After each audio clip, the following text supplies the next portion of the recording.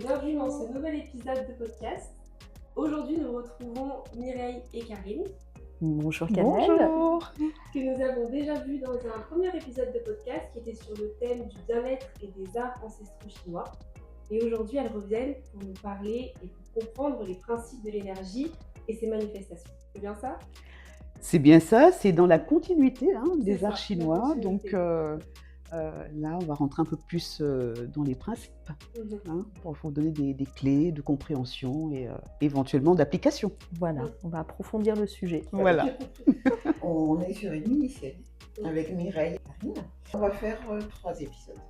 Parce qu'il y a tellement de choses à dire qu'on a décidé de le découper pour que vous puissiez apprécier ces épisodes, apprécier la façon dont elles appréhendent le feng shui, l'énergie, voir comment tout ça se combine, comment tout ça n'est pas aussi éloigné que ça, de prime abord. Mais voilà, donc aujourd'hui, comme l'a signalé Cannelle, nous abordons la deuxième partie. Donc, est-ce que vous pouvez un peu nous expliquer les principes de l'énergie et quelle différence on peut faire entre énergie et vibration? Si on schématise, l'énergie, ça va être ce qui nourrit, ça va être la quantité, quelque part.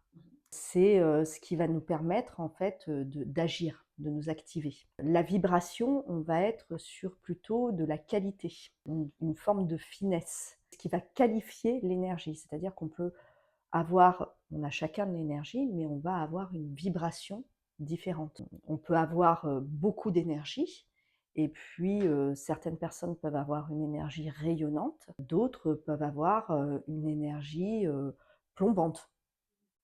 Et justement, la vibration, c'est ce qui va qualifier l'énergie, si je résume dans les grands principes. Merci d'avoir fait cette différence, parce que c'est vrai, on a toujours tendance à un peu, on ne sait pas trop en fait ce qu'est l'énergie, ce qu'est la vibration, mais c'était très, très important de le préciser. Alors moi, je vais revenir un peu, puisqu'on est dans les arts chinois, et que dans ces arts chinois, le Tao est vraiment au cœur de tout cela.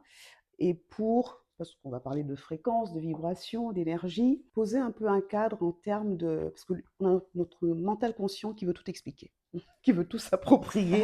Ben voilà, maintenant je sais, ça y est. Et un des principes, justement, le Tao, Lao Tzu, nous dit, le Tao qu'on peut nommer n'est pas le Tao. C'est-à-dire qu'on ne peut pas l'enfermer. La base. Cette énergie, on va pouvoir donc la vivre sous des manifestations dans son information vibratoire et fréquentielle, en fonction de ce qu'on observe. Mais dans l'absolu, l'énergie est quasiment innommable. Elle est en toute chose. Elle est en toute chose. C'est l'ADN même de la vie. Et donc vouloir l'enfermer dans un concept, surtout pas. En revanche, on peut la vivre dans sa manifestation, dans les processus, voilà, une fréquence vibratoire qui est rayonnante ou basse. Et c'est ce qui nous ramène aussi à ce symbole du Tao, le yin et le yang. Ça pose aussi une bonne base dans justement l'énergie impalpable, le yang, et dans sa partie manifeste, le yin. Et que les deux sont corrélés, interdépendants. Et ensuite, on va pouvoir le prendre comme un peu comme une boussole pour des contextes.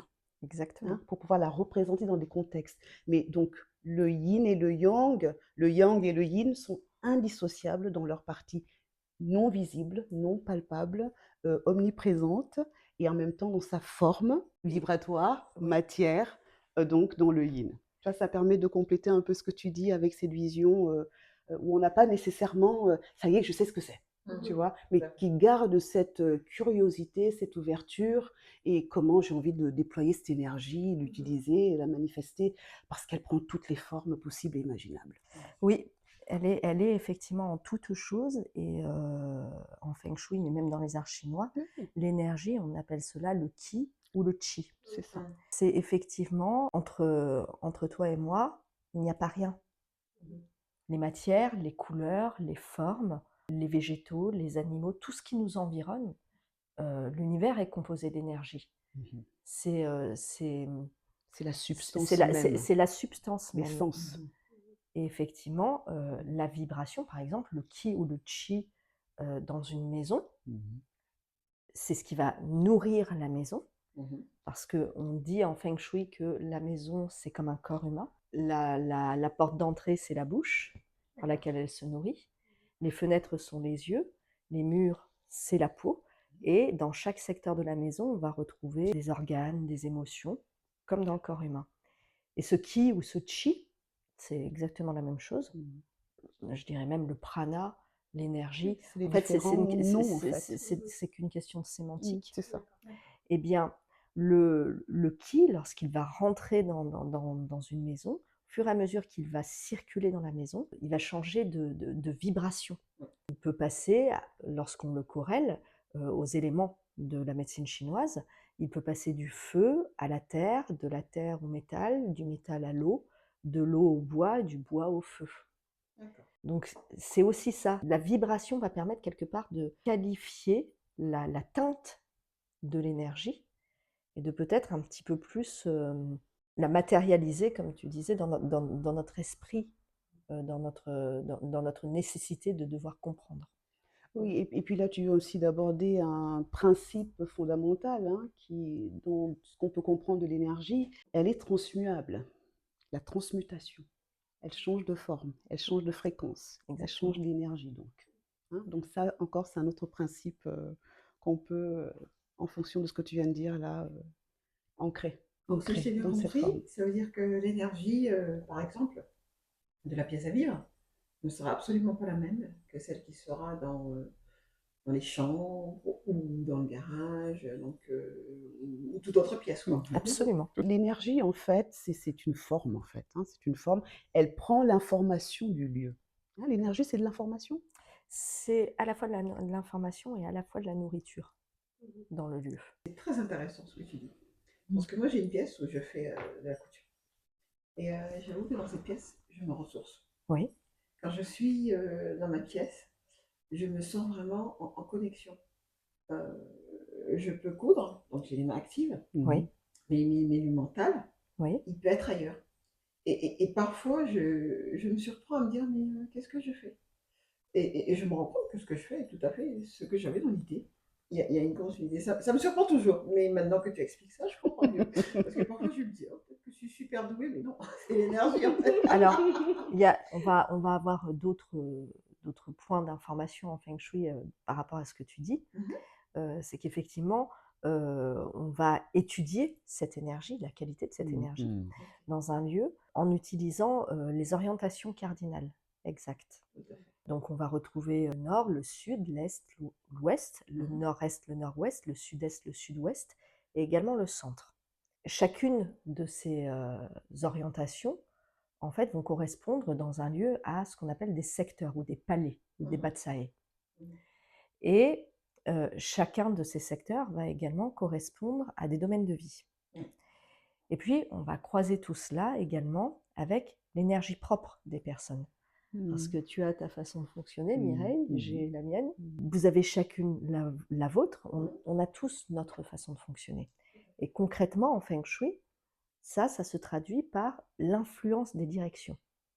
Donc à travers ces directions, on matérialise un petit peu cette énergie. Et grosso modo, on va être influencé, bon, je schématise, mais par 5 orientations cardinales.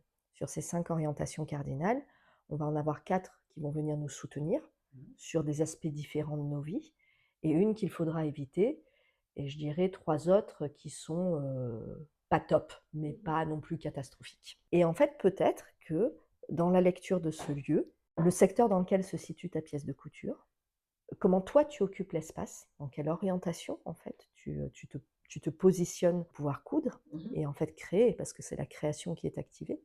Donc où est-ce qu'elle se situe cette pièce dans le lieu, comment il est agencé, et bien peut-être que dans cette lecture on se rendra compte que à la fois ce secteur et cette orientation t'est tout à fait favorable pour ouvrir par exemple ta réflexion, pour te permettre d'évoluer. Ça peut être ouvrir ton cœur, peut-être que justement c'est ton canal de création passe par le cœur. Peut-être que ce secteur t'amène un certain renforcement psychologique et émotionnel, et donc te ressource d'un point de vue vitalité physique, t'amène simplement de la force. Et ça, c'est propre à chacun, du coup, en fonction de l'orientation et du lieu? Alors, les orientations favorables et défavorables sont propres à chacun. Donc ça se calcule très concrètement. Et puis, ce qu'on appelle le loshu, c'est le plan feng shui. Là aussi, ça se calcule avec une boussole. L'idée, c'est véritablement de prendre l'orientation exacte du lieu au degré près, qui va nous permettre bien de positionner les différents palais, les différents secteurs du lieu. Effectivement, par contre, de commencer toujours par observer. D'accord. Observer ce que révèle le lieu. L'idée, c'est pas tout de suite d'aller sur de la déco. Dire je vais faire ça, je vais faire ça, je vais faire ça. Non. L'idée, c'est d'abord d'observer ce que révèle le lieu, d'observer justement cette fameuse énergie, d'observer sa qualité. Parce qu'en fait, en feng shui, le lieu de vie que l'on occupe, que ce soit un lieu de vie privé comme professionnel, c'est le reflet de notre maison intérieure. C'est en fait une allégorie. Et c'est fondamental de comprendre déjà ce que révèle le lieu. C'est-à-dire que le lieu, il va révéler les domaines de vie qui fonctionnent. Et c'est important d'avoir un point de vue et de voir ce qui fonctionne dans nos vies. On ne dit jamais assez. Donc de commencer par dire « Ah ouais, effectivement, il y a tel et tel domaine de vie, ben oui, ça va bien en fait. » Oui, certes, il y aura aussi des domaines de vie qui seront bloquants, qui seront problématiques, comme pour tout le monde. La vie parfaite et idéale, ça n'existe que sur Facebook, c'est clairement. Hein. Mais de comprendre aussi les racines de ces problématiques. Et là, il y a une prise de conscience. Et passer par ce chemin-là, par ces étapes-là, par ces marches-là, c'est fondamental avant d'agir. D'accord. C'est ce qui va vraiment permettre de comprendre pourquoi on réagence, c'est-à-dire qu'on agit, donc on réagence un lieu en repositionnant les bonnes matières, les bonnes couleurs, les bonnes formes, mais nous-mêmes en nous positionnant dans l'espace correctement, en occupant l'espace, en occupant correctement notre place dans notre espace de vie, c'est occuper notre place dans la vie tout court, en fait, pleinement et complètement. Et tout ça, on va le supporter, on va venir le soutenir dans la matière en réagençant l'espace. Mais concrètement, ça va venir ancrer justement chez nous. On va venir, le conscient, l'inconscient, l'intuition, débloquer des schémas peut-être répétitifs et justement redonner de l'élan dans sa vie. Donc occuper pleinement et complètement son espace dans sa vie complète. C'est chouette ce que tu dis. C'est très très chouette. C'est vrai que parfois, quand on rentre dans certains espaces, je ne sais pas si tu me corrigeras, on se sent bien ou pas. Oui. Et moi, je sais que personnellement, je fais beaucoup appel à mon intuition. Et il y a des endroits où des personnes, je me dis, c'est juste pas possible. Donc ça, c'est vraiment lié à tout ce que tu nous expliques. Oui. C'est impressionnant. Et en même temps, il y a toujours dans cette notion des points cardinaux dont tu parles, Oui. Et d'information, parce que l'énergie prend toutes les formes, du coup, comme tu dis, elle peut être nourricière, mais voilà, elle prend vraiment la forme, elle est tous les aspects. Oui. Et donc, dans ces points cardinaux aussi, on peut vraiment s'y référer. Moi, par exemple, quand je fais les pratiques de Tao, sur certaines pratiques, ou même des pratiques de méditation, est-ce que je me place à l'ouest, tu vois, Oui. nord, sud, est, ouest, quels sont les axes favorables en lien avec ce qu'on a envie de mettre en œuvre, en fait. Donc après, toi, tu le mets vraiment en exergue dans l'aspect feng shui, en mesurant au détail près. C'est ça. Mais vraiment, c'est partir de l'information globale. Parce que tout est information et prend la forme qu'on lui donne. Et on peut déjà se connecter à ce que donne et offre, par exemple, le nord, le sud, l'est, l'ouest, les cycles, pour se caler avec cette énergie, en fait. Oui, les cycles, tout à fait. La notion de cycle, on la retrouve dans le yin et le yang, qui sont les deux forces, les deux grandes forces primaires, créatrices, qui sont issues du Big Bang, indissociables. L'une révèle l'autre, Tout à fait. qui se compensent. Qui se compensent, qui se complètent, qui sont interdépendantes. Voilà. On ne peut pas diviser, en fait. Voilà. On ne peut pas séparer. C'est voilà. Indissociables. Par exemple, dans le yin et dans le yang, on va retrouver la lumière, dans le yin, on va retrouver la nuit. Tout à fait. En fait, si on était tout le temps dans la nuit, on n'aurait aucune perception de ce qu'est la lumière. Et vice-versa, si on était tout le temps dans la lumière, eh bien, on n'aurait pas de perception de ce qu'est la nuit, mais en même temps, on n'aurait pas non plus de perception de ce qu'est la lumière, si on n'a pas de point de référence. Et en même temps, on a eu un été assez chaud, on a eu 2 grosses périodes de canicule, une nuit fraîche à ces moments-là, on sait l'apprécier. comme quand on est au cœur de l'hiver, un feu de cheminée bien crépitant, bien chaud, on sait l'apprécier aussi. Tout à fait. Et c'est aussi en cela qu'elles se révèlent, qu'elles sont indissociables.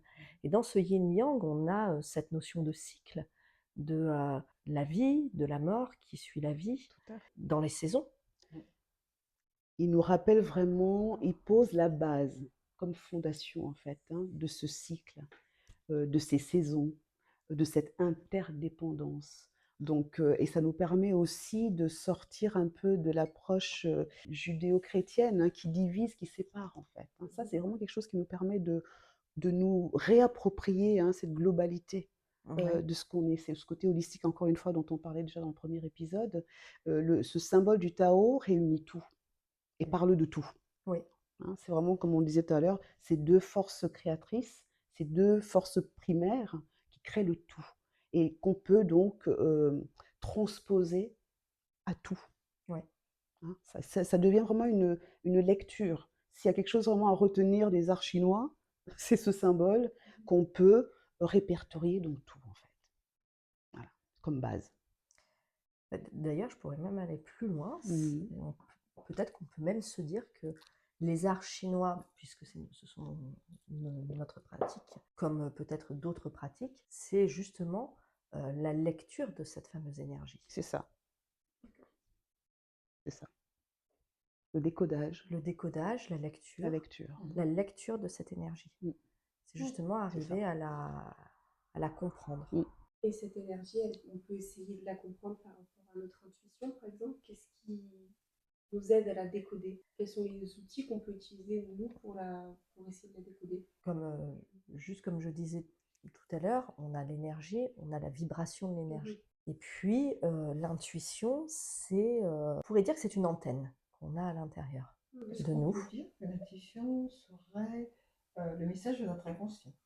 Oui, quelque part, à mi-chemin entre notre conscient, notre inconscient, et la captation justement de ce qui nous entoure. D'accord. C'est une antenne qui va subtilement capter cette vibration et qui va nous dire, qui va nous donner cette petite voix justement qu'on peut tous avoir à un moment donné de sa vie.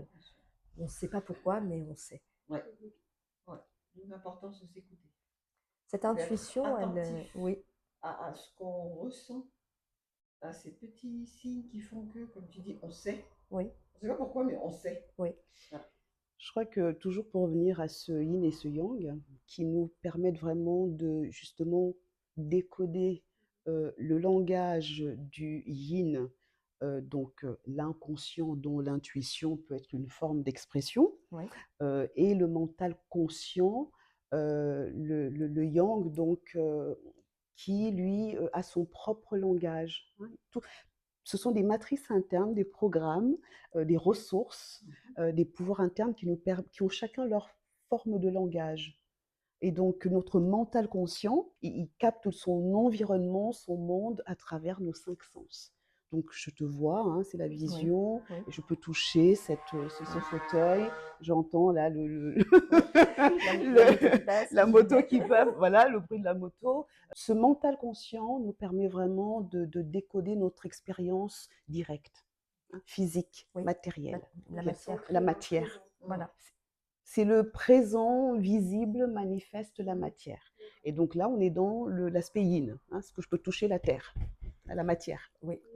Parce qu'encore une fois, on va transposer le yin et le yang en fonction du contexte. C'est pour ça qu'on ne peut pas l'enfermer. On ne peut pas dire ça c'est yin, ça c'est yang. Non, il y a vraiment des manifestations et on va pouvoir les décoder encore une fois en fonction, traiter l'information en fonction de l'environnement et du contexte.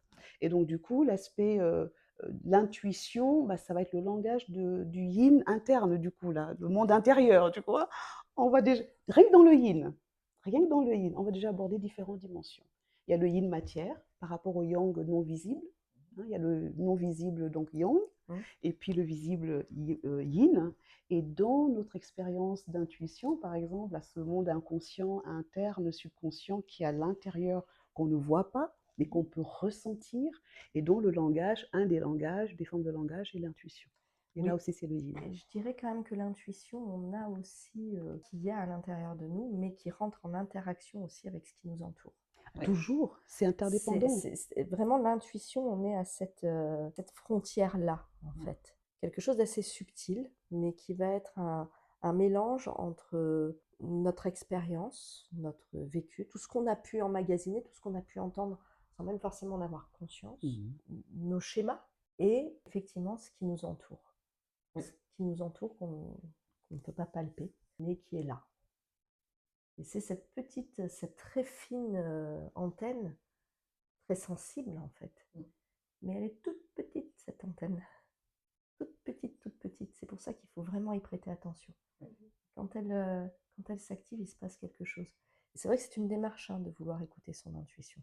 Mais finalement, on a peut-être déjà tous vécu des situations très concrètes où notre intuition nous a parlé.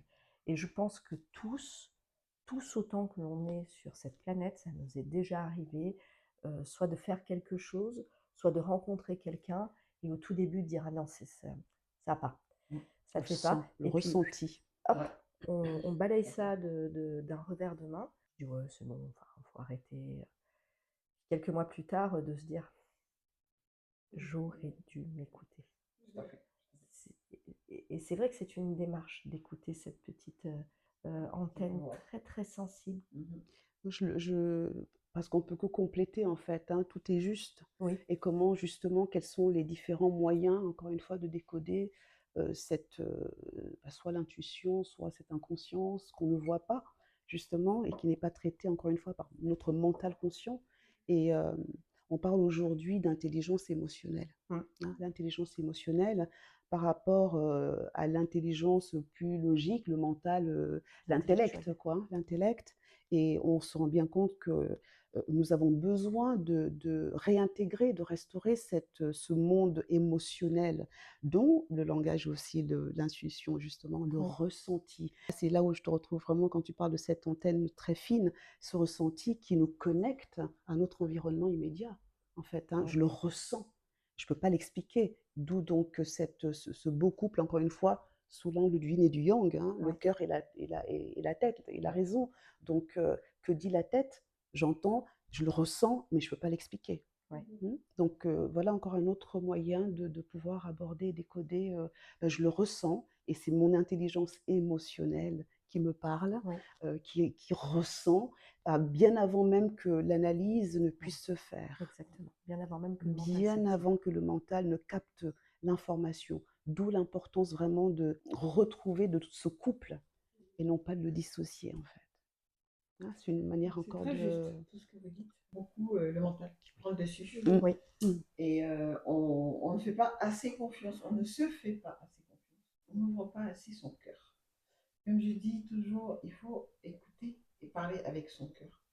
Et c'est très juste parce qu'on se rend compte que quand on commence à activer le mental, on se déconnecte. Et c'est très juste ce que tu as dit tout à l'heure, de vraiment garder cette connexion. Mais on se rend compte, dans notre société actuelle, la tête est déconnectée de notre cœur. Et quand on est déconnecté, on a toujours cette dissonance. C'est ça. Qui fait qu'on n'est absolument pas en accord avec ce qu'on ressent ou ce qu'on pense. Et parfois, on se dit, mais c'est pas ce que je voulais dire. Et en fait, le mental a pris le dessus. Et dans ce mental qui prend le dessus, justement dans les pratiques, c'est aussi, une fois qu'on comprend ses ressources et son potentiel, ce mental qui s'en prend plein la tronche quand même, la plupart du temps, parce que alors, c'est le mental, c'est le mental, c'est le mental. C'est comprendre justement les ressources qui sont les nôtres. Donc on a un mental conscient, on a un mental émotionnel. Et donc comment le déchiffrer, le décoder, comment est-ce qu'il peut être à notre service et non pas au détriment de notre bien-être. L'analyse est importante, l'information extérieure, elle est fondamentale. Il faut qu'on la comprenne. Il faut qu'on développe notre mental conscient, l'intellect, mais avec comme base le ressenti d'abord, parce que c'est ce qui se passe en notre fort intérieur en fait. C'est d'abord le ressenti. Et lorsqu'on arrive à associer les deux, là on est dans notre pleine puissance.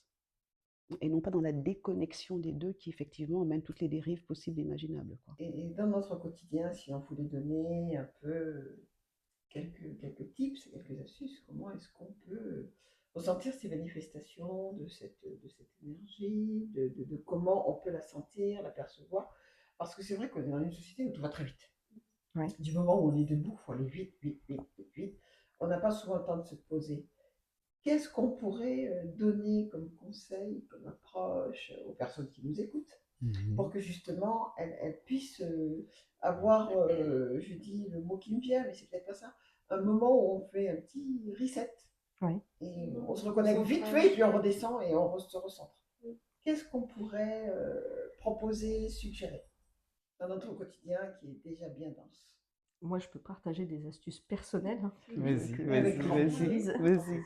Il y a un moment de la journée que j'aime particulièrement, c'est le matin. Le soleil se lève, les enfants sont couchés, tout le monde dort, tranquille, et où je peux prendre un café tranquillement. Ce moment-là, en fait, de calme, c'est un moment où moi, je vais pouvoir recharger, prendre de l'énergie, justement, pour la journée. Je vais pouvoir, par exemple, soit méditer ou me centrer sur moi, centrer sur ce que je veux faire.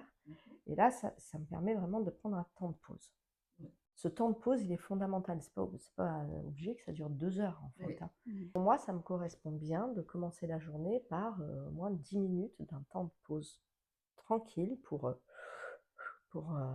reprendre de l'énergie, me recentrer, remettre les idées en place, parce que effectivement, derrière, eh bien, il y a tout le quotidien, comme tout le monde, toujours plein de choses à faire. On vit dans une société, c'est comme ça. Par contre, c'est les règles du jeu. On sait que de toute manière, on est toujours pris. Une fois qu'on sait cela, eh bien, il s'agit peut-être de structurer son temps pour se dégager au moins quotidiennement 10 minutes, un quart d'heure d'un temps de pause pour vraiment se centrer, se couper des réseaux sociaux, de tout ce qui peut être téléphone, de tout ce qui peut être sollicitation extérieure, en fait, pour vraiment se centrer sur soi.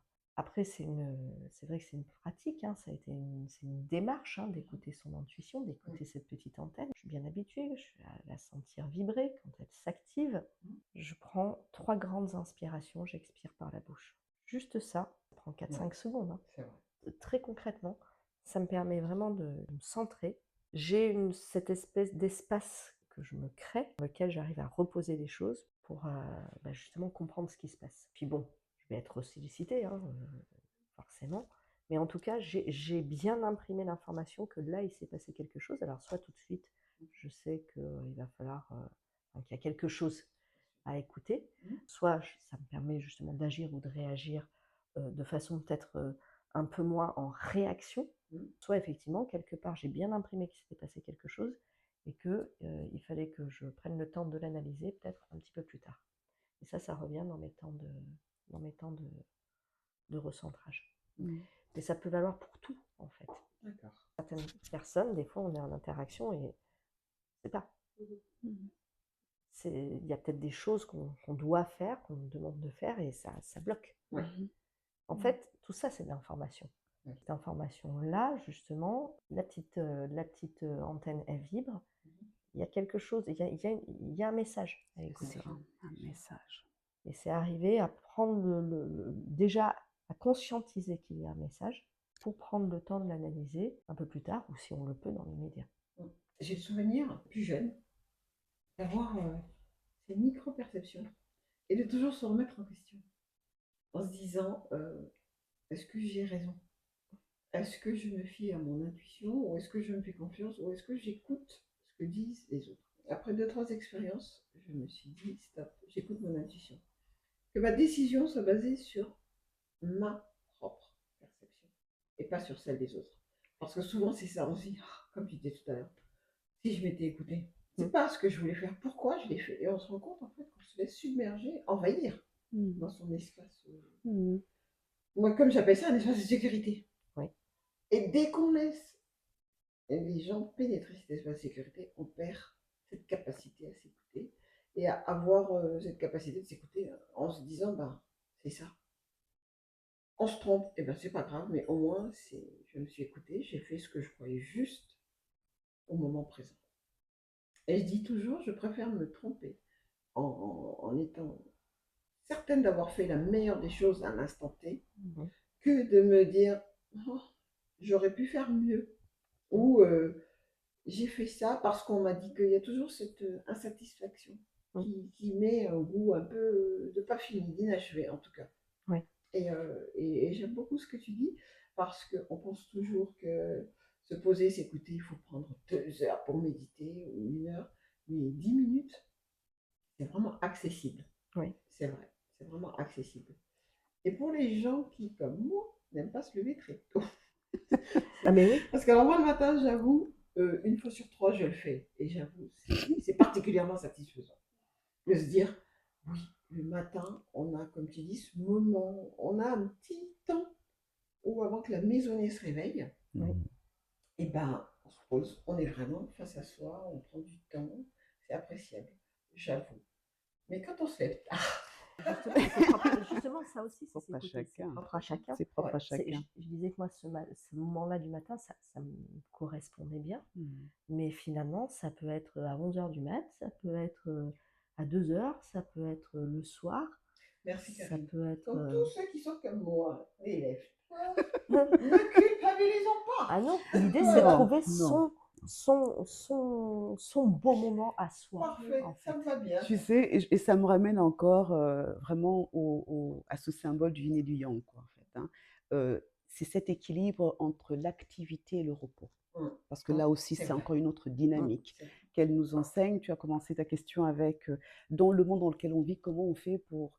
on vit dans ce monde qui a donné un certain rythme. Vite, vite, vite, on fait ceci, Oui. et dès qu'on prend un peu de temps pour ça, on culpabilise. Bon, est-ce que j'ai envie de participer à ça? Est-ce que la question déjà fondamentale, hein, parce que dans le premier épisode aussi, c'est se retrouver soi, Oui. c'est cette souveraineté, c'est des choix. Est-ce que ce mode de vie me correspond? Est-ce que ça me fait du bien? Est-ce que j'ai envie de nourrir ça? Est-ce que j'ai envie de continuer à perpétuer ça? C'est déjà des questions. Ouais. Hein. Est-ce que ce rythme me convient? Comment est-ce que ça interagit avec moi? Comment est-ce que ça m'impacte? Donc, soit effectivement, je continue à courir après le temps et à faire, et puis je m'autorise quelques petits temps pour respirer un peu, et puis c'est reparti. C'est une manière de faire, pourquoi pas.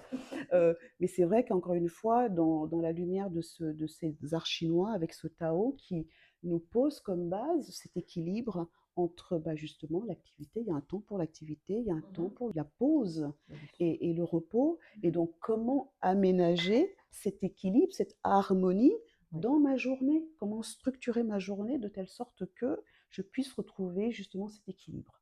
Donc, comme dit Karine, pour toi c'est le matin, moi c'est pareil, c'est le matin aussi, c'est ces temps d'aménagement. J'ai besoin d'un... Je pose, je me recentre, je me reconnecte, et puis c'est parti. Je respire un coup, je vais boire un verre, je vais faire une marche, je vais me regarder un podcast, une info, je ne sais pas, je vais danser, je vais rire, je vais chanter. De quoi j'ai besoin?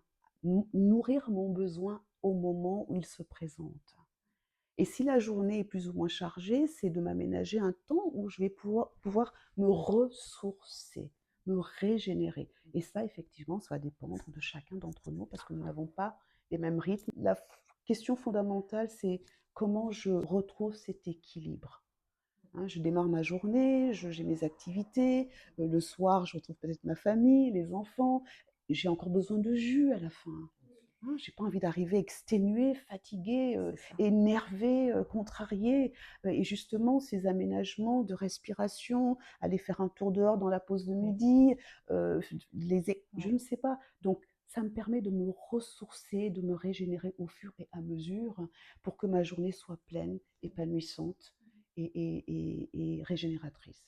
Juste rajouter une petite chose là en t'écoutant qui m'est venue. Oui.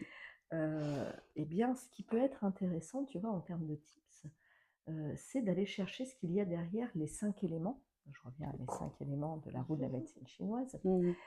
Eh bien, peut-être que derrière ces 5 éléments, on a des ressources que l'on va pouvoir aller chercher pour justement se ressourcer. Ça peut être ce qu'on va retrouver derrière le feu, c'est le soleil, c'est la lumière. Se mettre au soleil, respirer le soleil, se mettre en pleine lumière. Ça peut être la terre, donc ça peut être à travers des minéraux, par exemple. Je suis assez sensible aux minéraux. Voilà.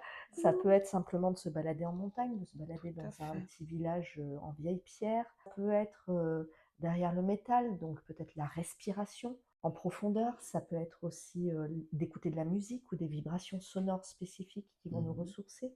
Ça peut être l'eau, ça peut être d'aller prendre une douche, un bain, se balader dans une rivière, à la mer, à la montagne, Tout à fait. au spa, qui devrait être remboursé par la sécurité sociale d'ailleurs. Ah, Oh que oui. ça c'est trop bien. Oh Voilà, que oui. je le prône.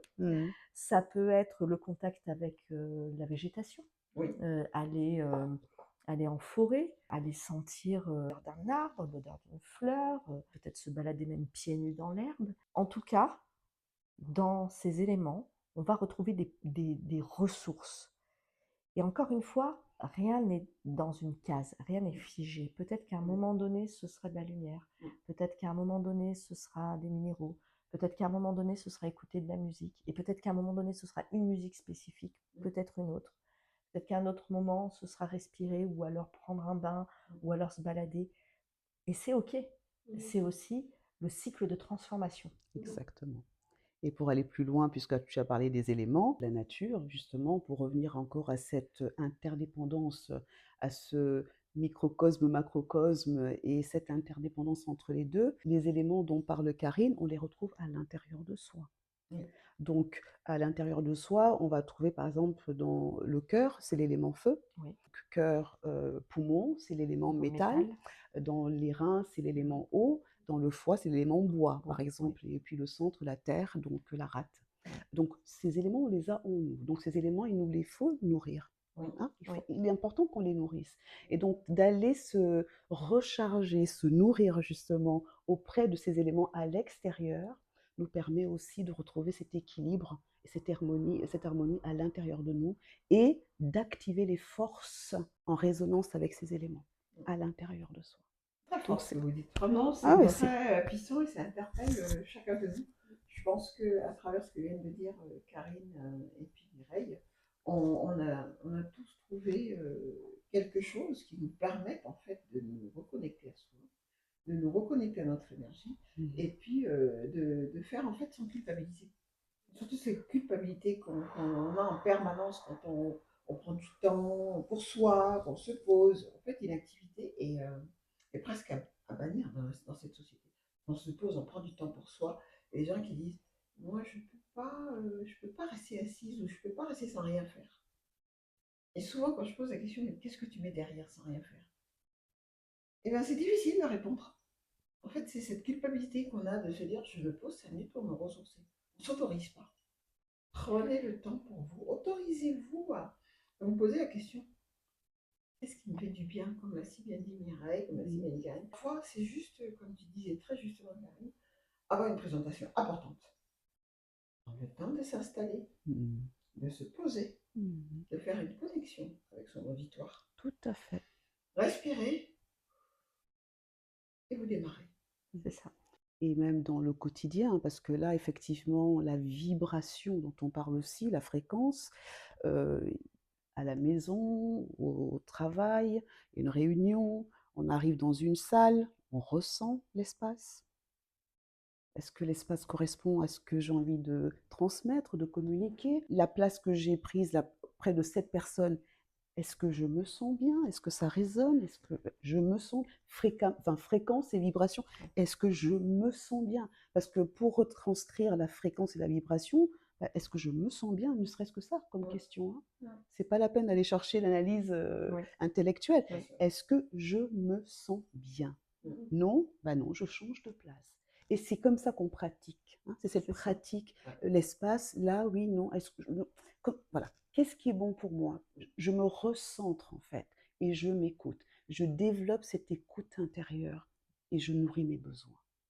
Je nourris mes besoins par l'observation et par l'écoute et donc l'application, tout simplement. Et fort heureusement, d'ailleurs, c'est ce qui fait la richesse de l'humanité, c'est que les besoins des uns ne seront pas les mêmes que les besoins des autres. Une fois qu'on l'a posé, c'est quand même c'est mieux quand c'est dit, parce que ça veut dire beaucoup de choses. Ça veut dire que déjà, pour soi, sortir de la culpabilité, dire « Ah, mais t'as pas fait ça, Mireille ?» Non. « Mais pourquoi t'as pas fait ça, Mireille ?» Parce que moi, j'aurais fait ça, en fait. C'est ça. C'est déjà les injonctions. Les injonctions des injonctions sociétales globales, Oui. que ce soit d'un point de vue soci- sociétal, que ce soit d'un point de vue le fameux yaka faucon, il faut être comme ça, il faut s'habiller comme ça, il faut avoir tel voilà, faut telle et telle carrière, faut Le il y avait contrôle. ce truc de Rolex là à 50 ans, sinon on n'avait pas réussi. Ça, cette fameuse phrase là qui veut dire tellement de choses. On a les injonctions économiques, hein. On a les injonctions professionnelles, on a les actualités. Et encore une fois, on a tous plus ou moins un smartphone. Dès qu'il y a une catastrophe à l'autre bout de la planète, on est au courant. On Hein. est tous interconnectés aujourd'hui pour le coup. Hein. Toutes les 30 secondes, on nous dit attention, hein, c'est la cata. Mhm. On a l'écologie, c'est une vraie catastrophe, les guerres, bref, j'en passe et des meilleurs. Une forme de sursollicitation aussi de par cette digitalisation de la société. Je veux dire, moi, quand j'étais enfant, le problème de la déconnexion, ça n'existait pas. C'est vrai. Aujourd'hui, c'est quand même quelque chose qui se pose pour beaucoup. Et ça aussi, en fait, prendre des temps de pause. Peut-être poser le portable, le PC, tout ce qui va avec, 5 minutes. Et là, je te rejoins parce que quand tu disais tout à l'heure, tu parlais de j'arrive pas moi à me poser, pour celles et ceux qui me poser 5 minutes, pas possible, pas moyen de. Il y a cette sursollicitation de l'énergie yang, Oui. hein, donc l'activité, l'énergie yang dans l'activité, c'est l'activité, l'action, Voilà. tout le temps en action, tout le temps en action. Donc on sursollicite notre corps mental par l'intellect, la télé, des informations, comme tu dis. Aujourd'hui, c'est sur le plan mondial, hein, on n'est pas que dans notre petit village, là, dans notre petite ville. Donc, il y a une saturation de ce corps mental. Donc, maintenant, on va trouver des temps de pause et lui dire, maintenant, tu te mets en mode off. Compliqué. Compliqué. Donc, parce qu'il est tout le temps en mode actif. Donc, c'est là aussi où il est important d'aménager peut-être 2 secondes, avant d'arriver à 5 minutes ou à 10 minutes ou à 1 heure. Juste une pause là. Dans ma matinée, est-ce que je peux m'autoriser à prendre 3-4 pauses là? Hop, je vais faire un tour, je me pose, je respire un coup, je reviens. Et le subconscient, là pour le coup, l'autre ressource qui va justement compléter le conscient un peu suractif, le subconscient va intégrer ces petites pauses au fur et à mesure. Il les prend, il les enregistre et à un moment donné, ça deviendra un réflexe. Un réflexe. De la même manière que le fait de sursolliciter devient un réflexe, donc je n'arrive plus à me poser. Mon subconscient me renvoie cette information en permanence. C'est mon programme. Je ne suis pas toujours en action. Là, ces micro-pauses vont aussi être intégrées dans mon programme subconscient qui, à un moment donné, à force de répétition, parce que ça passe par les répétitions, va être intégré et ça fera partie de ma routine. Le subconscient gère grosso modo nos schémas. En partie, oui. Donc il s'agit là quelque part de rééduquer un petit peu son subconscient. Reprogrammer, quelque part de reprogrammer, de rééduquer, qu'il intègre cette information qui est fondamentale, qui est de se poser. Et encore une fois, la pause va être différente d'une personne à une autre. Tout à fait. Je fais une petite parenthèse sur ce côté, j'arrive pas à me poser. Danse, écoute de la musique, chante, crie. Si ça te convient, c'est OK. Si ça te permet quelque part de revenir à toi, c'est OK. Rééduquer ce subconscient qui gère quelque part nos schémas de par l'inconscient et tout ce que l'inconscient a pu capter depuis notre naissance. L'inconscient, c'est à la fois tout ce qu'on a vécu, tout ce qu'on a entendu, tout ce qu'on a perçu et qui s'est emmagasiné. Le subconscient, ça va être un petit peu le logiciel. Et derrière ce logiciel, en fait, on a ces fameux schémas, cet encodage. Et donc là, l'intuition va être plutôt la fréquence sur laquelle on va se mettre. Impressionnant. C'est notre voix intérieure qui sait, c'est notre âme en fait. Finir là avec le fait de ne pas bouger parce qu'il y a des personnes qui se ressourcent justement dans l'action. Oui. Parce qu'effectivement, ce serait dommage là de faire croire que la pause est... La pause, on va dormir, on va tous dormir à un moment donné, donc on dort. Quand même, à un moment donné, le corps a besoin de se régénérer, donc on va quand même dormir. Bien. pour autant, il y a des personnes, et c'est là aussi que j'accompagne les personnes dans la compréhension de leur mode de fonctionnement, pour que chacun trouve sa juste fréquence, justement, et puisse aménager son temps et créer ses activités en lien avec ses besoins, en fait. Donc, il y a des personnes qui ont besoin d'action et qui, donc, le fait de rester sans rien faire, ça ne leur correspond pas, et pour autant, c'est sain. Hein, Oui. le fait de ne pas prendre des pauses, Ouais. de ne pas aller méditer, ça ne veut pas dire que voilà, c'est pas obligatoire pour tout le monde. Oui, Hein. c'est ça. Chacun a sa façon de se ressourcer, et il y a donc des personnes qui sont en mode action, en mode mouvement, et c'est là où tu as raison. Eh ben, danse, va faire du vélo, va grimper, va faire ton challenge. Et voilà. Et donc d'autres qui auront naturellement ce côté introspection, pause, break. Et donc là, aller faire de la pêche, aller coudre, tu vois, chacun, lire, Oui. chacun va trouver sa ressource là où elle est. Mais apprenez à vous connaître et apprenez à identifier vos besoins.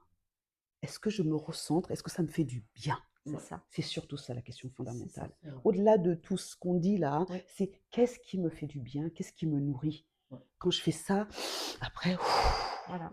waouh, Ouais. je me sens mieux. Et C'est d'ailleurs, ça le plus important. quelqu'un qui va grimper, qui va faire les Ironman, ce genre de choses, peut-être que c'est des moments d'introspection pure pour ces personnes. Exactement. Peut-être que c'est le meilleur moyen, le meilleur canal pour eux de revenir à eux et de se retrouver avec eux-mêmes. Et c'est OK.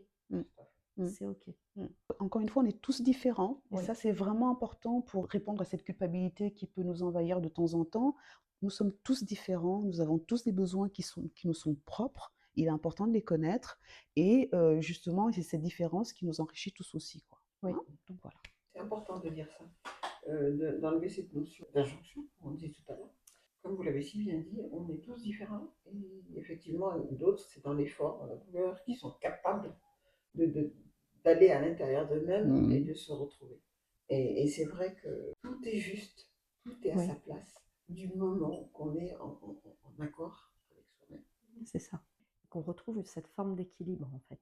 Oui. Parce que tout est Équilibre. question d'équilibre. Oui. Parce qu'effectivement, avec cette sursollicitation, cette hyper-yang, Mm. le yang à son paroxysme, eh bien, qu'est-ce qui se passe quand on met Non canalisé, non canalisé, le Ouais. yang non canalisé. quoi. Ouais. Mais là, j'allais faire un parallèle, par exemple, avec une cocotte minute. Oui. La cocotte minute, c'est, bon, allez, on va dire demi-heure, trois quarts d'heure, 1 heure. Si par contre on fait selon ce qu'on fait, hein, par contre la cocotte minute, si elle dure 3 mois, je peux vous garantir qu'elle ne va pas durer 3 mois déjà, Ouais. parce que ça va péter, en fait. Cette question d'équilibre, elle est fondamentale pour tout le monde. Moi, je fais avec le Feng Shui, c'est de ramener une forme d'équilibre dans le lieu, dans les lieux de vie. Trouver l'équilibre, donc comprendre le mode de fonctionnement des personnes, comment ils vivent de façon globale à l'extérieur, pour justement créer cet espace de sécurité que tu évoquais tout à l'heure, Jeannette. Cet espace dans lequel on est en sécurité, cet espace dans lequel on peut être, cet espace qui va permettre de retrouver l'équilibre. On parlait de yin et de yang. Je prends par exemple quelqu'un de très très connu comme Brad Pitt, au hasard. Allez, ça nous va. Allez, on va partir sur Brad Pitt. Allez, Brad. Ça va tout le monde. Alors, Brad Pitt, lui, quand il sort de chez lui, il y a quand même une certitude assez absolue, c'est qu'il ne peut pas aller faire ses courses tout seul sans être sollicité. Tout le temps, tout le temps, tout le temps, tout le temps. Peut-être que quand il rentre chez lui, justement, l'idée, c'est, si je reprends la casquette de Feng Shui, c'est qu'il est un lieu hyper yin, dans lequel il puisse, quand il est à l'extérieur, il est dans l'hyper yang, mais qu'il y ait un endroit chez lui qui soit très yin, qui soit hyper yin pour qu'il puisse véritablement se ressourcer. Et c'est là qu'on va retrouver le point d'équilibre. Mais ça peut être inversé. Ça peut être quelqu'un qui ne sort jamais de chez lui, peut avoir des problèmes de se retrouver dans la foule ou on n'aime pas trop aller à l'extérieur. Donc là, ça va être fondamental d'avoir des secteurs hyper yang pour que la personne puisse se ressourcer. Donc en fait, ce qui va aller à l'un n'ira pas forcément à l'autre. Il n'y aura jamais 2 lieux feng shuisés de la même façon. Parce que chaque lieu est unique et chaque personne est unique. Donc là, on entre dans la période, on est déjà dans la période de l'automne, mais on entre aussi bientôt dans la période de l'hiver. Est-ce que vous avez des conseils, notamment peut-être Karine, pour aménager son espace intérieur ou son espace professionnel?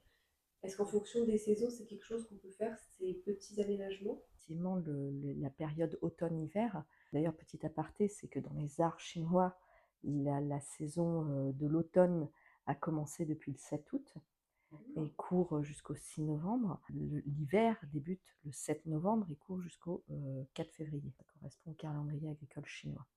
Donc, énergétiquement, en fait, ces saisons sont déjà bien avancées. L'automne, on arrive déjà on voit une énergie, l'énergie qui redescend vers le yin. On sort du yang, on redescend vers le yin. La lumière prend de moins en moins de place, la lumière extérieure. Les jours se couchent beaucoup plus tôt. C'est un moment, en fait, où on est censé, et où les anciens vivaient beaucoup avec les saisons, où on est censé effectivement commencer à prendre un peu plus de pause. L'automne, c'est normalement le moment de la récolte des pommes par exemple, de ce type de fruits. Ça correspond dans les arts chinois au moment de la récolte, donc on est beaucoup moins dans le travail très physique. Le potager est en pause. Voilà, le potager est en pause, on récolte petit à petit et on fait des réserves pour l'hiver. Tout à fait. On va tout doucement vers l'hiver, qui lui, l'hiver, est ce qu'on appelle l'apogée du yin, où on est censé être complètement en introspection, dans le calme. Les anciens, nos anciens, en hiver d'ailleurs, ressourcés, en fait, ils dormaient beaucoup plus, ils ne sortaient pas s'occuper du potager, parce qu'en hiver, voilà, de façon classique, c'est quand même un petit peu plus compliqué. Aujourd'hui, ce qu'on peut constater, c'est que dans la société actuelle, on est complètement à l'inverse de ça. On est surstimulé. On est surstimulé. Et puis, si on regarde le monde des entreprises, d'ailleurs, la fin de l'année, on va dire entre septembre et décembre, c'est là où ça booste le plus. Parce qu'il faut facturer, clôturer les budgets. Et puis là, on a cet effet où les gens sont carrément, pour beaucoup, pas pour tous, mais je l'espère, pressés comme des citrons. Et donc, en fait, on va vraiment à l'encontre de la nature, des saisons. À cela Du cycle naturel de la nature. À cela s'ajoute Noël. Oui. Noël, il y a les cadeaux, il faut préparer les repas. Tout dépend comment ça se passe dans les familles, mais ça peut être aussi une source de stress. Et finalement, on se rend compte qu'en fait, on est complètement à l'inverse de ce qui devrait se passer. On a tous les stimuli qui mettent tous nos sens en éveil, alors qu'on devrait justement être en mode où on est en introspection. Et exactement. Et puis, lié à ces saisons, on va retrouver aussi des émotions. Pour le coup, cette saisonnalité va prêter un terrain d'expression beaucoup plus important à ces émotions. L'automne va être plus lié à la tristesse, le poumon. L'hiver aux peurs, les reins. La tristesse peut faire dégringoler, la peur peut figer. Ce qui peut être intéressant déjà, c'est on peut aller chercher l'un des sens que nous avons, qui est le sens reptilien le plus profond, c'est l'odorat. Pourquoi pas, justement, à ces périodes-là, aller utiliser des huiles essentielles qui vont venir soit ramener un équilibre, si jamais les personnes se sentent profondément tristes. Donc, pourquoi pas aller diffuser quelques gouttes d'huile essentielle de citron. 10 minutes, ça suffit, c'est pas la peine de surcharger. Diffuser les huiles essentielles? Oui. On peut diffuser des huiles essentielles. L'huile essentielle de citron, par exemple, c'est une huile essentielle qui amène la joie. On peut tout à fait aller chercher la lumière, des lumières chaudes, tamisées comme celle-ci. En plus, positionnées à mi-hauteur, on va venir justement éclairer l'émotionnel. Donc rassurer, sortir des peurs. La lumière, quand on voit une lumière, en fait, ça nous permet aussi certainement de sortir d'une peur. Ça peut être intéressant, par exemple. Et d'ailleurs, assez logiquement aussi, assez intuitivement, finalement, c'est ce qu'on fait avec nos décorations de Noël. C'est vrai.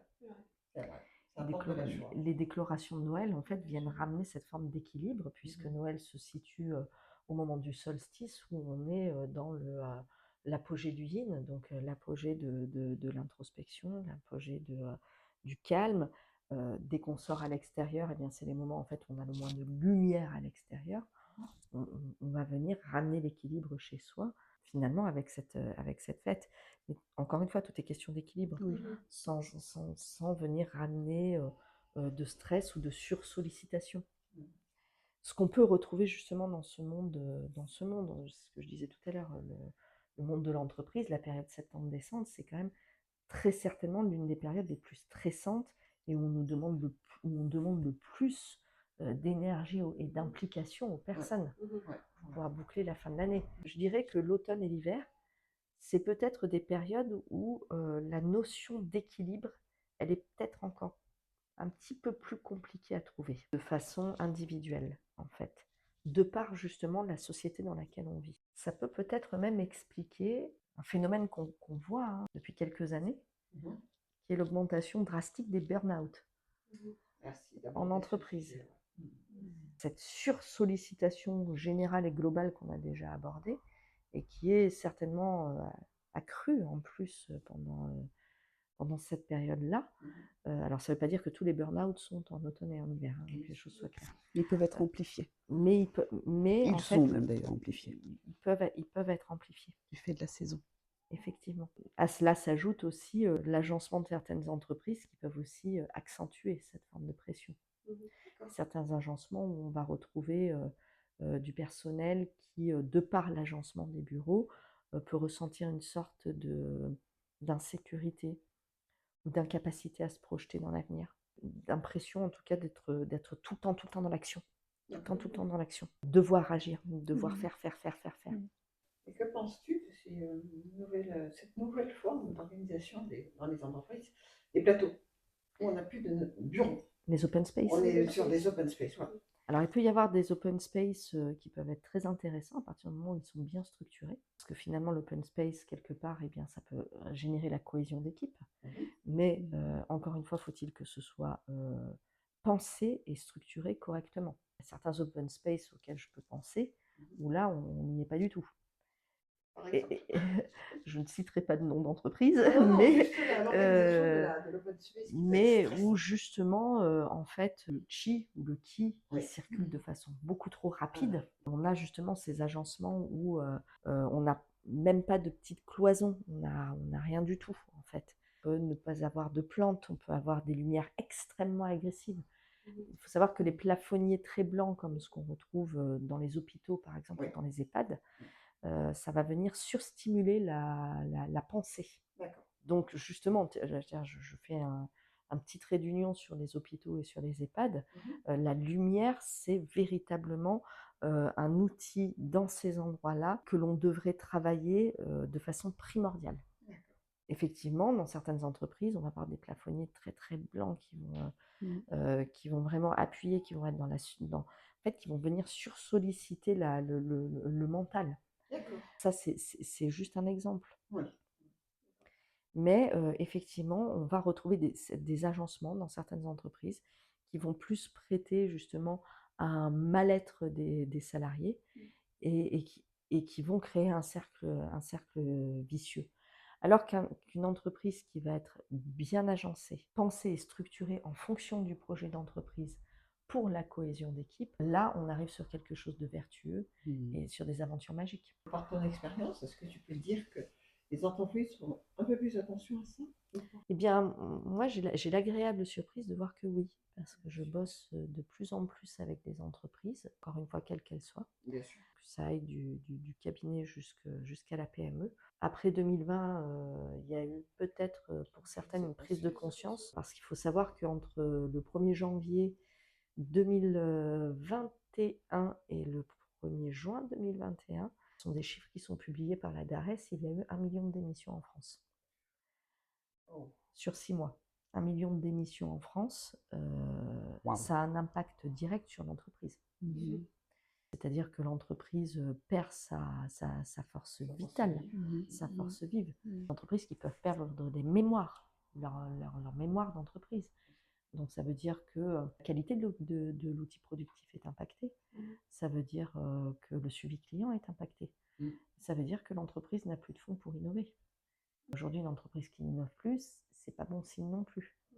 Il s'agit là effectivement de recentrer sur l'humain, sur les hommes, qui sont le fondement d'une entreprise, sur leur bien-être, et structurer l'espace et le temps va permettre de faire en sorte en fait que les équipes se sentent investies parce qu'elles ont une bonne visibilité, parce que ils sont en cohérence, ils sont d'accord avec le projet. Et c'est là que l'aventure est intéressante, que l'aventure humaine est intéressante. Et que, en fait, ça va avoir une influence sur tous les aspects de l'entreprise, hein. Ça va avoir une influence sur la qualité de la production, sur le suivi client, sur l'innovation, la renommée de l'entreprise, sur les résultats. C'est en fait de sortir du côté résultat, justement. Pour en fait retrouver ce résultat, c'est de revenir à l'essentiel qui est l'homme. On vit, encore une fois, dans ce yin et ce yang, hein, on a ces facteurs externes qui impactent tellement notre, soit l'organisation, la cohésion, l'aménagement, enfin bref, et les facteurs internes où il nous faut nous réinventer.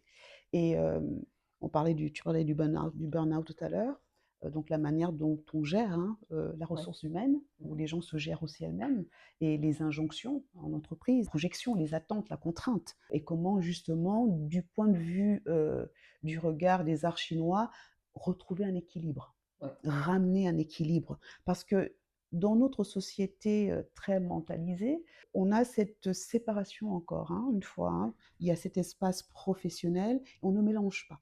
Hein, on ne mélange pas, on n'intègre pas, ça commence, ça bouge, hein, les repères bougent petit à petit, et c'est un effort à continuer, mais dans la structure connue, on est encore beaucoup dans ces structures, profit à tout prix, capital à tout prix, et qui amènent à des décisions désastreuses sur le plan humain. Et aujourd'hui, un des plus gros challenges que nous avons d'ailleurs en termes de facteurs externes, encore une fois, l'intelligence artificielle par exemple. Tu vois. Là où l'humain, encore une fois, certaines entreprises l'ont compris, donc il y a ce facteur humain qui est au cœur, c'est la force vitale, c'est la ressource première, fondamentale pour notre économie, pour tout le reste, et puis l'humain, le potentiel, la croissance, la ressource, quoi. Et puis pour d'autres qui vont carrément plonger de virage à 360, on est à fond sur l'intelligence artificielle, où l'homme aujourd'hui se sent menacé, hein, pour l'essentiel. Et donc comment justement nous réinventer, hein, en tant que personne, retrouver notre pouvoir aussi, hein, et proposer des solutions qui intègrent l'homme, ramener l'homme au cœur du processus, et qui puisse justement donc gérer tous ces facteurs. Mais pour ça, il faut qu'il se reconnecte, il faut qu'il se recentre, il faut qu'il retrouve du sens, hein, du sens dans cette société. Il faut qu'il reconnecte ses racines, de pourquoi je suis là, le sens, la mission, hein, que ce soit leader, chef d'entreprise. Il nous faut retrouver ce sens primordial qui donne envie au collectif de se retrouver autour de valeurs, et qui justement donne sa juste place à l'intelligence artificielle qui est là pour faciliter les choses, mais pas pour remplacer. Hein, voilà, c'est un soutien. C'est un soutien, et non pas et qui est cette peur qui disparaisse de nos cœurs, de nos âmes, et qu'on retrouve cette intégrité morale même, je dirais, tu vois, dans les valeurs fondamentales, quoi. Qu'on arrête de se disperser comme ça. C'est des dérives qui sont vraiment nuisibles, hein, quand on perd le gouvernail dans le sens de cette société qui peut être magnifique et belle, et qu'on a besoin de réimaginer et de rêver à nouveau, quoi. Hein. Donc l'aménagement extérieur, oui, des espaces, et un réaménagement intérieur. Hein, tout part de là. Hein, tout part de notre capacité à rêver le monde, à l'imaginer. Oui, l'homme en connexion avec sa créativité, ses outils absolument extraordinaires, la technologie extérieure, mais nous avons aussi une technologie interne. Et elle nous ramène à nous, quoi. Et c'est cette puissance et ce potentiel qu'on met ici aussi en avant, quoi. Il s'agit de ne pas l'oublier. Surtout pas. Nous sommes là pour cela. Voilà. C'est intéressant de se réapproprier l'espace, l'humain. L'espace interne qui crée à l'extérieur, mais tout part de l'homme. C'est vraiment la base fondamentale. L'art chinois, le Tao, ramène l'homme au cœur du processus. Il n'est pas dissocié. Il fait partie du processus. Il est au cœur de ce processus. Donc, quand on parlait dans le premier épisode de ce relais aussi, hein, de ce qu'on peut tirer comme enseignement de nos ancêtres, des civilisations passées, qu'est-ce qu'on a transformé, qu'est-ce qu'on peut préserver, qu'est-ce qu'on peut maintenir, et comment évoluer ensemble. L'humain aujourd'hui, la valeur. Je ne sais pas quel est le pourcentage, mais dans l'estime de soi et la valorisation de soi, de l'homme, il y en a qui sont bien plus prêt à se prendre des baffes et à se dire ok, au moins je le mérite et puis bah, c'est ce que je vaux, que de recevoir des lauriers, quoi. Donc c'est cette valeur qu'on remet au centre de la table, hein, vraiment. Et on a besoin de cette force vive. Et là, Et ça, et là, ça part par de la reconnaissance. la reconnaissance de soi. La reconnaissance de soi et la reconnaissance d'autrui. Oui, tout à fait. Que ce soit dans les domaines privés comme dans les domaines professionnels. Le leadership, non, mais le leadership de soi, hein, parce que c'est ça, c'est la capacité à se gérer. Le leadership, hein. Donc c'est la connaissance de soi, donc la reconnaissance de soi du coup, la capacité à se gérer, la maîtrise, les choix conscients, de qu'est-ce que je veux, pourquoi travailler. Tu parlais d'1 million d'émissions en 6 mois, c'est énorme. Quel signe, c'est énorme. On veut plus de ça. Mais comment est-ce qu'on se réinvente? Pas en réaction, en conscience. C'est ça. Comment est-ce qu'on se réinvente? En conscience. En conscience et en connaissance de cause. Et de fait. Voilà. Est-ce que vous pouvez dire qu'on a ressenti un avant et après Covid? Ah bah oui, j'ai vraiment ressenti ce retour à l'essentiel. Parce que qui l'eût cru en 2020, si on avait dit que l'humanité s'arrêterait, on nous aurait traités de fous, de folles. À ce moment-là, je pense qu'il y a eu une vraie reconnexion à quelque chose. Les gens ont senti cet appel de la nature. Retour à la nature. Retour à soi. Tout à fait. Tout à fait. Retour à soi. On dit retour à la nature, mais retour à soi en fait. Les gens se sont rendus compte qu'en fait, la nature était importante, mais la nature permettait de se retrouver. Oui. C'est vrai qu'il y a un prisme, enfin moi je pense qu'il y a un prisme différent, il y a quelque chose qui a été vécu, une expérience. Oui, collective. Et aujourd'hui on est en 2025, donc ça fait 5 ans. Et je pense qu'il y a quand même une tendance à vouloir essayer de recontrôler cet élan-là. Bien sûr. Et ça crée des frictions fortes. Mais je pense que il y a une vraie expérience à tirer de ce passage-là. Encore une fois, là, c'était un facteur externe qui nous était imposé. Hein. C'était une contrainte. Dans cette contrainte, dans cette pause obligée, bah, vous rentrez chez vous, vous bossez de chez vous, waouh. La respiration, on est en automne là. Hein. La respiration, mon espace là. Là où avant j'allais au boulot, je retrouvais les collègues, il y avait une forme de cohésion. Là, tout à coup, changement total, on se retrouve à la maison avec les enfants, la meuf. Où est mon espace? Donc, de fait, on revient à j'ai besoin de respirer. Il y en a qui ont pu partir de Paris, aller en province. Donc, on recrée son espace. Hein, on repense son espace, on nourrit ses besoins, on reconnecte ses besoins fondamentaux. On parlait aussi d'automne, la récolte. Je travaille, je récolte quoi? Qu'est-ce qui me nourrit fondamentalement? Parce que l'automne, c'est la récolte agricole, mais c'est aussi la récolte de mon être, mon épanouissement, qui je deviens. Hein, pour moi, mais aussi qu'est-ce qu'on co-construit ensemble? Qu'est-ce qu'on a récolté? Hein? Donc aujourd'hui, on travaille pour quoi? Quel est le sens? Quelle est la mission? Quelle est la satisfaction? Donc ce Covid, si on s'arrête un temps pour poser les questions fondamentales, on retranscrit le cap, on réajuste le cap. Si on ne se les pose pas, ces valeurs fondamentales, ces questions fondamentales, ça a été une pause et c'est reparti. C'est vrai. Avec les mêmes travers, les mêmes dérives. Sans ce temps de break que la nature nous invite à honorer et à intégrer. Bah oui, il y a un temps pour un management assez actif, dynamique. Il y a un temps pour un slow management, tu vois. Un retour à soi, se poser les bonnes questions. Vers quel cap, la direction, quoi, comment, pourquoi. C'est le moment là. Hein, c'est ce moment. Remobiliser les équipes, ensemble. La famille. Hein, ces valeurs, elles sont toujours particulières, individuelles et collectives. Et quels que soient les contextes. Mais ces temps, cet extérieur, ce yang, nous invite, de par cette sève qui descend petit à petit, la lumière qui décline, à revenir aussi, à baisser de rythme et à nous repositionner, à penser, hein, à poser dedans. Qu'est-ce que je veux? De quoi j'ai besoin? Oui. Comment on y va? L'hiver, on pose et au printemps, c'est la réémergence. Voilà. On reprend le cap et on y Exactement. va. Et ça, on est dans une harmonie, dans un cercle vertueux. Et le Tao, les arts chinois amènent ce regard-là. Hein.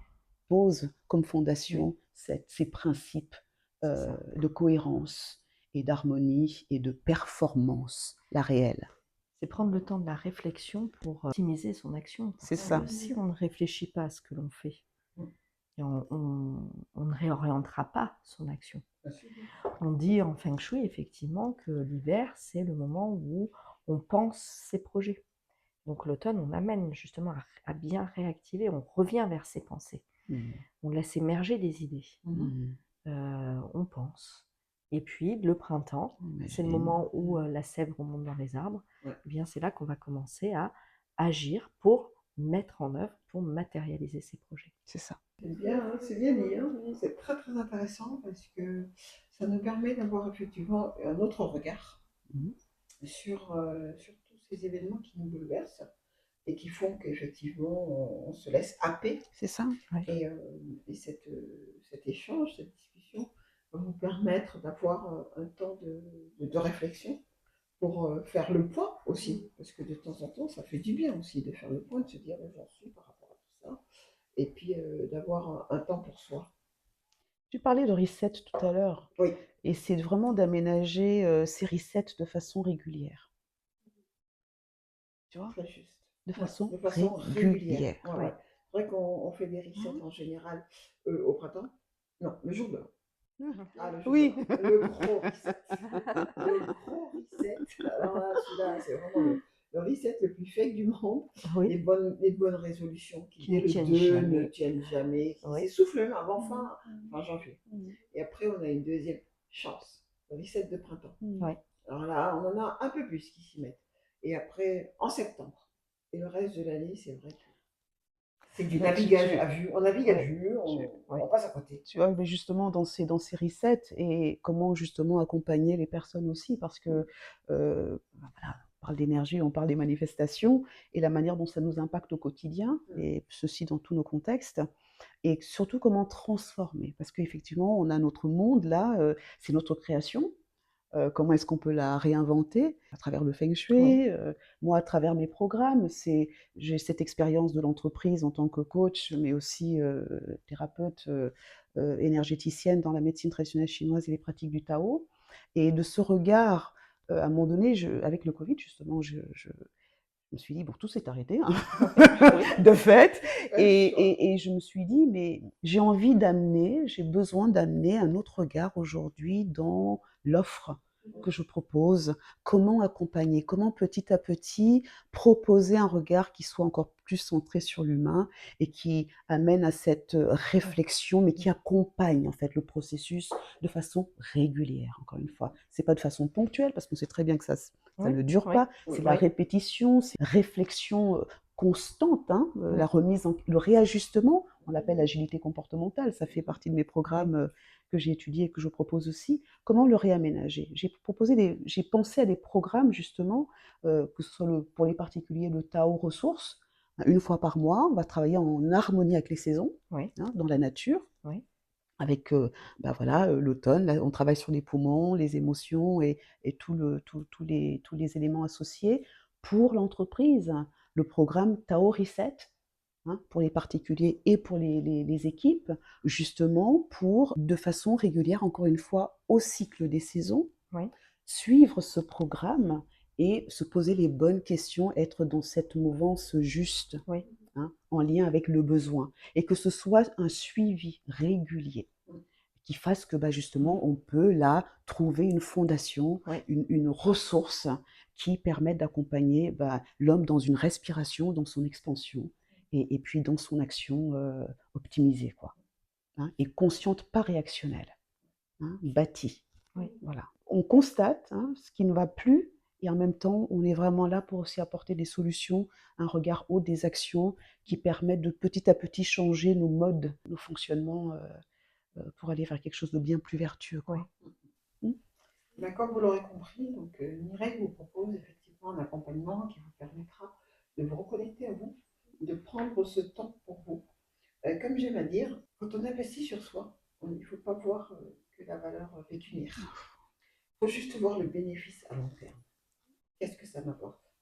Et du coup, je vais poser à Karine, qu'est-ce que toi, effectivement, poses pour nous permettre, effectivement, aussi de nous reconnecter à notre énergie, en tenant compte de notre aménagement intérieur, Oui. pour pouvoir rayonner et nous reconnecter à cette énergie. Alors moi, que ce soit pour les particuliers comme pour le monde professionnel, moi, effectivement, je vais partir des gens dans leur environnement. Donc, je vais partir de l'analyse de ce que révèle l'environnement sur les personnes, sur ce qu'ils vivent dans leur vie privée, dans leur vie pro, dans l'entreprise. Une fois cette analyse, je vais proposer des réagencements, mais surtout un accompagnement. C'est-à-dire que moi, mes accompagnements vont durer 1 an. D'accord. Parce que si je donne toutes les préconisations, puis que merci, au revoir, et bien les personnes vont mettre en place peut-être 5% de ce que j'ai proposé sans vraiment bien comprendre, il ne va rien se passer. Dans la richesse de cette démarche, certes, la résultante est une structuration, un agencement de l'espace et du temps, que ce soit pour l'aspect privé comme pour l'aspect pro, mais beaucoup de choses vont se passer dans ce suivi. C'est-à-dire que on a des échanges téléphoniques, on voit ce qui est mis en place, on voit ce qui est plus compliqué à mettre en place. Donc ce qui est plus compliqué à mettre en place, que ce soit pour un secteur ou un autre, c'est en fait le domaine de vie associé qui est compliqué. Donc on va aller dénouer tout ça. On va constater tout ce qui se fluidifie. On va constater le chemin qui reste à faire. Et puis on va avancer pas à pas. Véritablement, la réussite, la clé en fait dans ce que moi je propose, c'est dans l'accompagnement, et bien qu'il y a toutes les prises de conscience qu'à un moment donné, l'inconscient déverrouille en fait. Par exemple, mettre l'objet à tel endroit ou changer de place, c'est pas possible, non, c'est pas possible. Et puis, à un moment donné, ah bah si, c'est possible. Et ça devient possible tout le temps en cohérence avec un domaine de vie qui se fluidifie, soit que ce soit pour l'aspect privé comme pour l'aspect entreprise. On a vraiment un aspect de coaching en fait, et c'est pour moi une démarche. Voilà ce que moi je propose, j'accompagne les personnes ou les entreprises à retrouver leur place à travers une démarche concrète, humaniste, moderne malgré l'âge de cet art chinois, mais qui est une réponse complètement d'actualité à ce qui est vécu. J'irais même plus loin quand tu parles de moderne, c'est qu'aujourd'hui, nous on parle d'art chinois, mais en fait, il faut revenir au fondement même de l'énergie, comme on disait tout à l'heure, hein, puisqu'on est là dans les principes d'énergie et de leur manifestation. C'est la manière, encore une fois, dont les Chinois l'ont retranscrit, les arts taoïstes. On retrouve, selon les civilisations et les cultures, la même racine. Et aujourd'hui, dans notre monde moderne, on pourrait l'associer un peu à la science quantique. Oui. Tu vois? Oui, donc c'est le même message, hein, revisité dans l'essence. Donc vous voyez, c'est vraiment ce qui soutient tout le reste. Hein. Chaque civilisation, en chaque époque, on va retranscrire les choses autrement. Et les arts chinois aujourd'hui sont, enfin, comme toujours, d'actualité. C'est intemporel. C'est intemporel. Exactement. Parce qu'on parle du vivant, on parle de l'homme, on parle de la création, de tout ce qui nous tient à cœur et de l'exploration, quoi. Mireille et Karine vous accompagnent, que ce soit en présentiel ou en visio. Oui. Voilà. On ne peut que vous recommander de ne pas hésiter à aller les suivre sur leur compte respectif. Donc Mireille, c'est coaching et énergie. Oui, sur le site web, hein, Coaching Énergie. Voilà. Là, il y a une chaîne YouTube qui est en train d'être montée et donc on va avoir de beaux partages. Et Karine sur Equinergie. Espace Equinergie. Espace Equinergie. Espace Equinergie, oui, tout à fait. Donc, site internet, Facebook, Instagram, LinkedIn. Je suis aussi en train de songer à la chaîne YouTube, mais chaque chose en son temps. C'est ça. Voilà. C'est ce que nous avons dit en substance pendant tout au long de cet entretien. Vraiment, prenez du temps. N'hésitez pas à aller jeter un coup d'œil. C'est déjà un premier pas. C'est déjà vous mettre en priorité. Vous donner du temps pour vous. Allez jeter un coup d'œil, faites-vous un avis. Et on continuera cette discussion très intéressante au cours d'un 3e épisode. Comme vous l'aurez compris, il y a beaucoup de choses à dire. Et encore là, elles se sont retenues sur certaines choses. Mais pour clôturer cet entretien, je demanderai juste à Karine et Mireille de nous donner un dernier petit tips, une dernière petite chose pour accompagner notre auditoire jusqu'à la prochaine fois. Alors, dernier petit tips avant les prochaines retrouvailles. Voilà. On parle d'énergie, de son principe, de sa manifestation. Je vous invite à la vivre, à l'expérimenter. C'est une relation. Ça n'est pas un concept. C'est ce de quoi nous sommes faits et c'est ce qui nous entoure. Faites l'expérience d'aller vous mettre à côté d'un arbre, de juste vous adosser à son tronc. Faites l'expérience d'aller toucher l'eau, mettre au contact de sa fréquence, de sa vibration, de ce qu'elle dira de vous. Faites l'expérience d'aller vous mettre au soleil consciemment, de vivre au contact de cette nature qui nous entoure, qui est si chère aux arts chinois, justement, à ce monde taoïste. Vivez-la, expérimentez-la, explorez-la. Et ça, c'est le monde extérieur, mais surtout revenez à vous-même, quoi. Hein? Écoutez-vous. L'âme est là, votre intuition est là. Testez-la. Ne lui faites pas une confiance aveugle. Oui, parce qu'il y a de tout là-bas dedans. Hein. L'intuition nous dit tout et son contraire. Et donc, testez, explorez. Et faites-vous votre propre avis. Et ainsi, vous pourrez pas à pas vous reconstituer pleinement dans votre yin et dans votre yang. Et donc, soyez pleinement présent à vous-même et à tout ce qui vous entoure. Merci. Voilà. Alors moi, si je vais vous donner un conseil en fait très rapide, un petit tips qui me tient à cœur, c'est riez. C'est vrai. Prenez le temps de rire, de vous entourer d'humour, de vous entourer des amis qui vous font rire, de partager des rires, une lecture drôle, un film drôle, un humoriste, riez. Prenez le temps de rire en cette période, c'est une énergie qui pour le coup est extrêmement positive, extrêmement puissante, extrêmement porteuse. Et elle peut même peut-être vous aider justement à mieux écouter cette petite antenne, cette toute petite antenne qui vibre pourtant très très fort.